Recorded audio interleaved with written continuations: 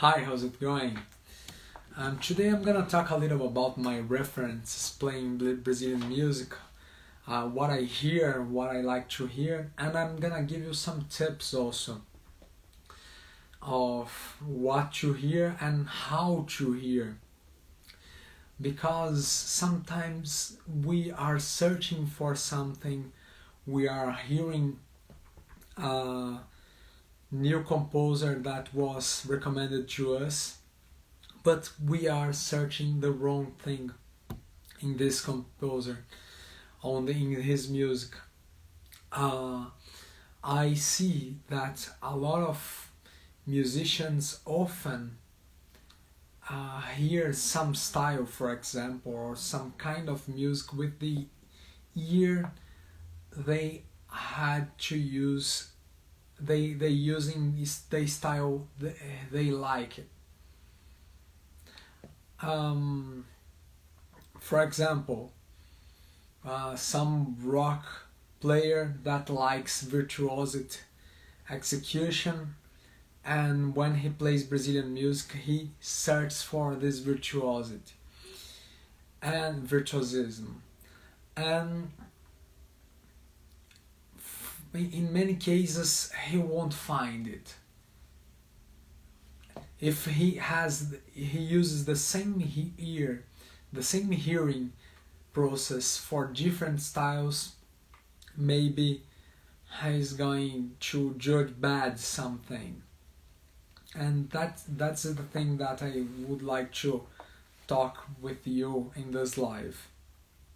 I would start this live talking about the reference of Tom Jobim. Tom Jobim, or Antônio Carlos Jobim, is one of the most important composers in the history of Brazilian music. And I could say that he's the most important composer in the modern Brazilian music history, because his songs were very well done and inspired a lot of musicians of different instruments, a lot of arrangers to play his music. And Tom Jobim created a way of doing Brazilian music that it's very original for his period, for the period of time he lived. And I think he composed songs in different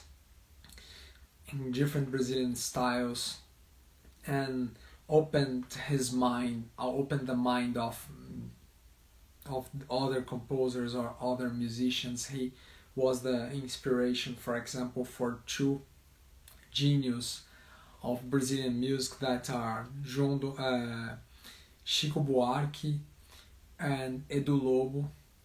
They are great composers, but I don't think they would be so great if Jobim didn't exist.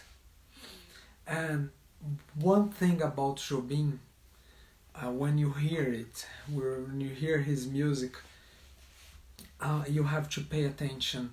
I recommend you to pay attention in the arrangements, some in the use of static, that is minimalism,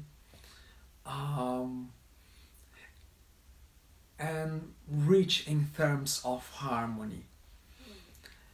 Many people, I realize, hear Tom Jobim searching for improvise, and he did some improvise, but it's not the strongest thing in his music.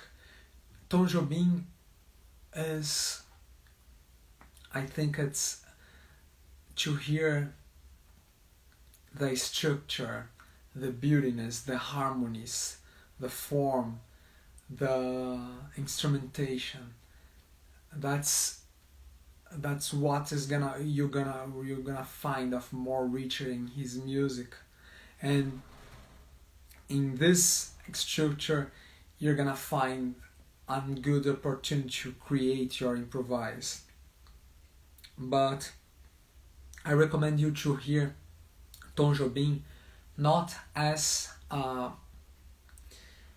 improviser, but like a musician that creates some way of doing music that can be used very good in a very good, interesting way to improvise.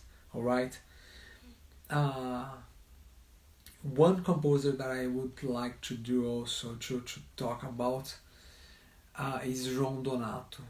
João Donato, I think it's the same thing.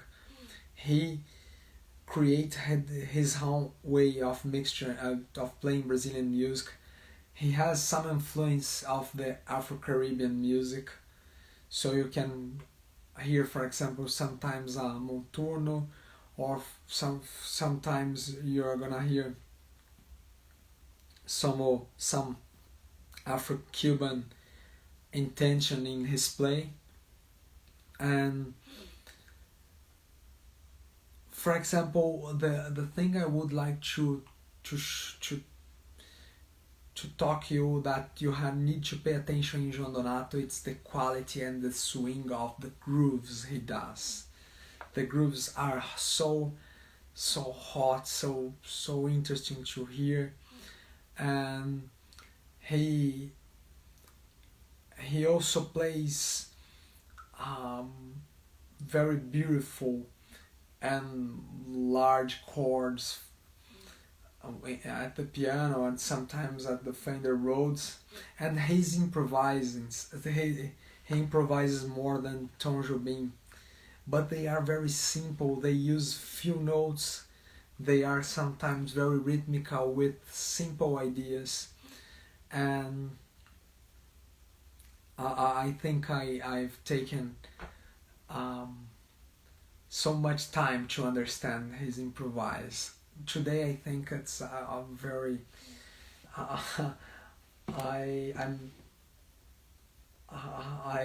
I would like to do that how he does. I think it's very original, has a great swing in the melodies, and simple to hear for people that are not musicians. So João Donato would be a pianist that I would call your attention to, but not to that virtuosism, for example, that you can you're gonna find much more of this. For example, if you are hearing bossa nova, you're gonna hear João Gilberto. That's, I think it's a reference, also very important reference, and the quality of his music is in the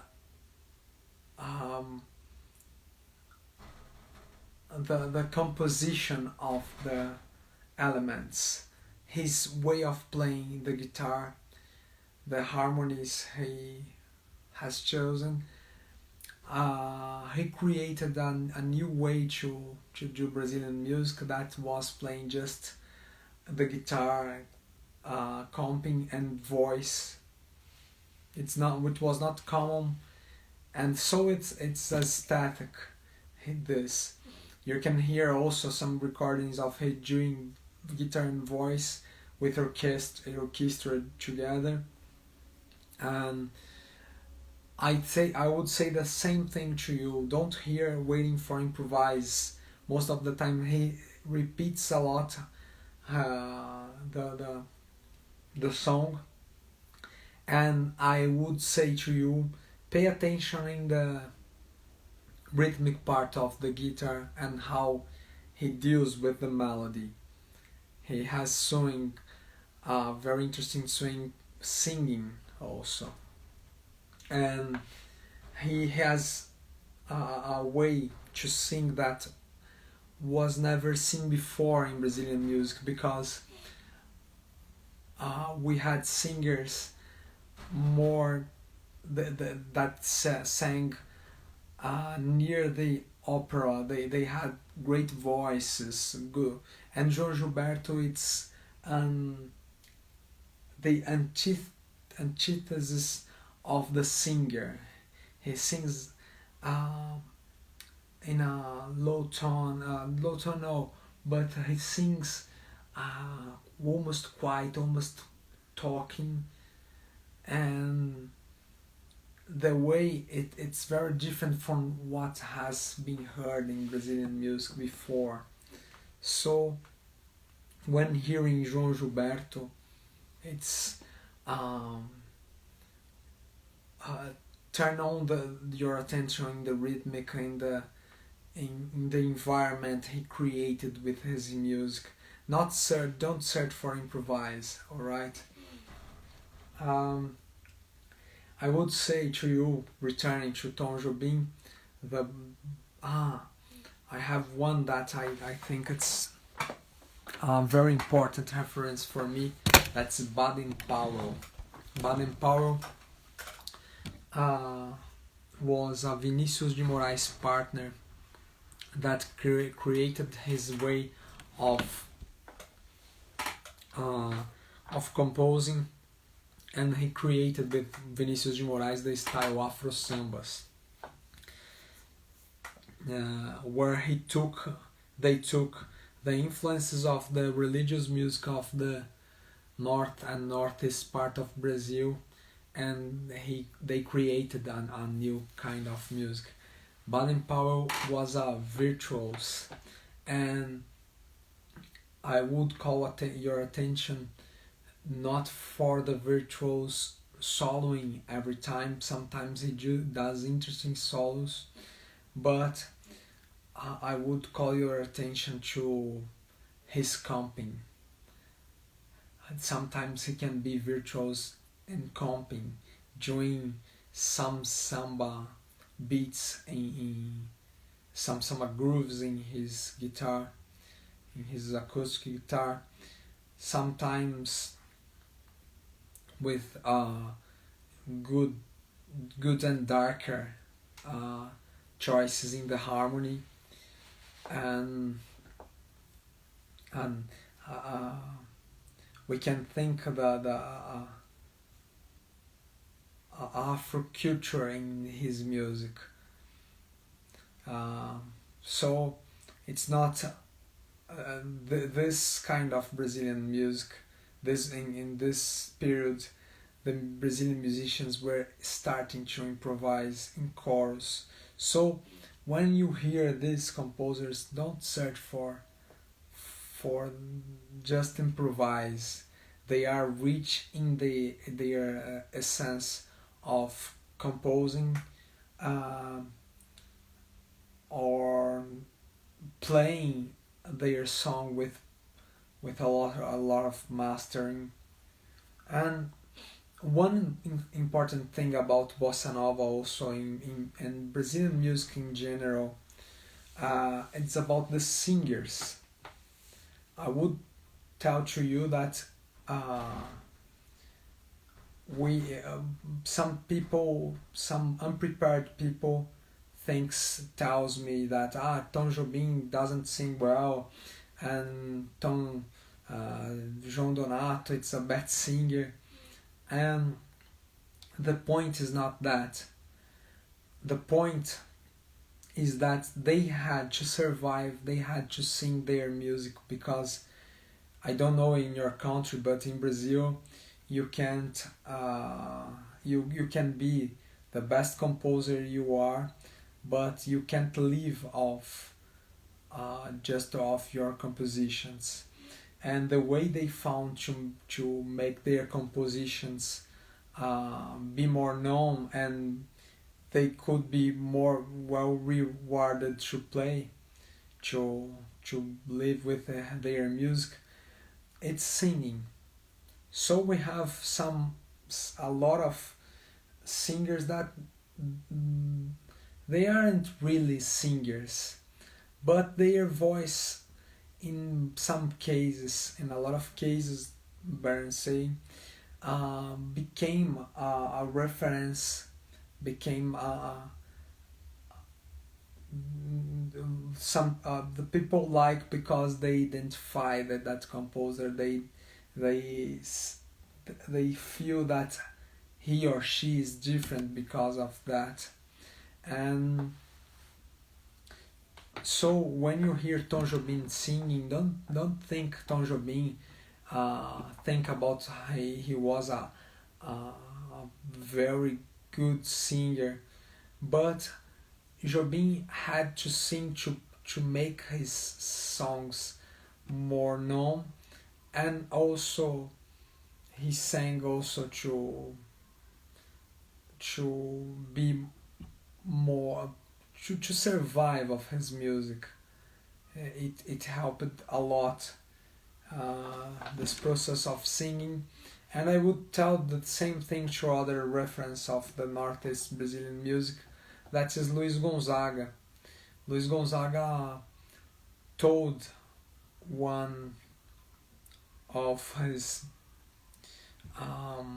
students, it was not a formal student, but he was a pupil of him, that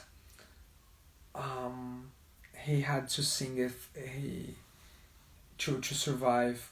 He tried to play the accordion in many ways, in many different ways, but he just survived with the I'm talking many ways, putting on his back or in difficult ways that could make the audience more interested in it. But he told her that when he sang his music, he was capable of being more known, more recognized. So when you hear Brazilian music, pay attention in it. The composers, most of them in the bossa nova period, sang his songs because they were searching for a way to survive of music. And I see many people that doesn't have a better understanding of Brazilian music, just saying they sing bad. They didn't pay attention, or for example, when we talk about Edu Lobo took a lot of Northeast Brazilian styles and used the same quality of treatment of bossa nova, and Chico Buarque did this with a lot of mastering. And sometimes I hear people just saying they don't sing well, but I consider that your attention has to be in the right place, hearing the harmonies, hearing their way to do melodies, this this attention in the right point can make your experience much more richer. Chico Buarque is a very nice composer with a lot of lyrics, and I recommend you to learn a little more Portuguese with some lyrics of Chico Buarque, but it won't be easy to translate because he has very interesting subjects he treats in his music, and a lot of language resources that also influenced many composers of the next generations. Who I want to talk more.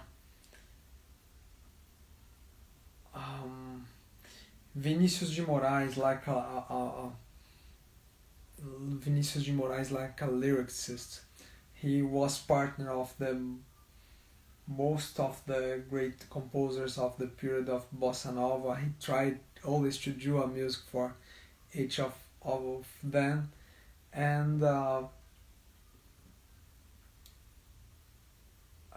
lyrics that began in bossa nova um, were more optimistic, because the Brazilian music before was the songs used to talk about the lost love, or some some problems with alcohol of a man. It was a always sad subjects, and bossa nova started to talk about the beautiness of Rio de Janeiro, about the beach, about happy people, about some um, some landscapes, and so it changed. And Vinicius de Moraes was a very influent lyricist that did this part of the job, that created the talked part of bossa nova, the words the of bossa nova. After Baden Powell was influenced a lot of the composer Toquinho, and Toquinho it's a younger, but I think that he has the same age as Chico Buarque, and that's very interesting also to talk. I would talk about also about Pixinguinha as a composer of choro. He created his own language also, and a melodical language that is very rich also. Choro, you won't hear compositions, but you can hear some of the it's a music that sounds free because it's transforming itself. You have a more melody as a model, but the musicians play with interesting variations, and you feel that the music it's alive. And Pixinguinha did that with mastering. Other person I would like to talk about, it's a generation after Luis Gonzaga, that was Dominguinhos. Dominguinhos, it's a accordionist that plays and composes very well. He has very interesting improvises, and they are very emotional, not with a lot of notes, but they have very good choices, sometimes rhythmic choice, sometimes very lyrical melodies at the accordion, and it's the next generation. He was he didn't make music classes, but he did he learned a lot of the Northeast Brazilian music with Luis Gonzaga. And when you hear him, I recommend you to pay attention in the chords, sometimes in the solos, and he has he sings a lot also, because Luis Gonzaga told him to, but he's not a singer. Often you're gonna find in that period more women singers with good vocal technique than men. Men usually were composers. All right. Oh wow, there is a lot to talk about more. There are a lot of other composers that I would like to talk about. So I'm gonna finish my live today, give you the opportunity of hearing Tom Jobim and the next generations like uh, Chico Buarque and the Lobo.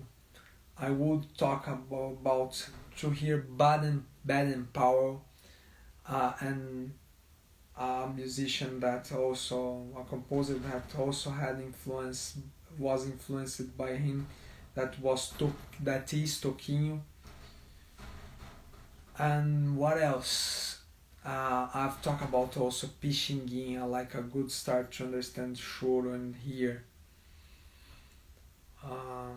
Wow, there are a lot of more reference, but one important thing about this live was uh, the the how to prepare your hearing to hear Brazilian music, because many people thinks it's just here and they will gonna love or they hate sometimes. So I would like you to hear my words of today and try to pay attention to what is strong in that music.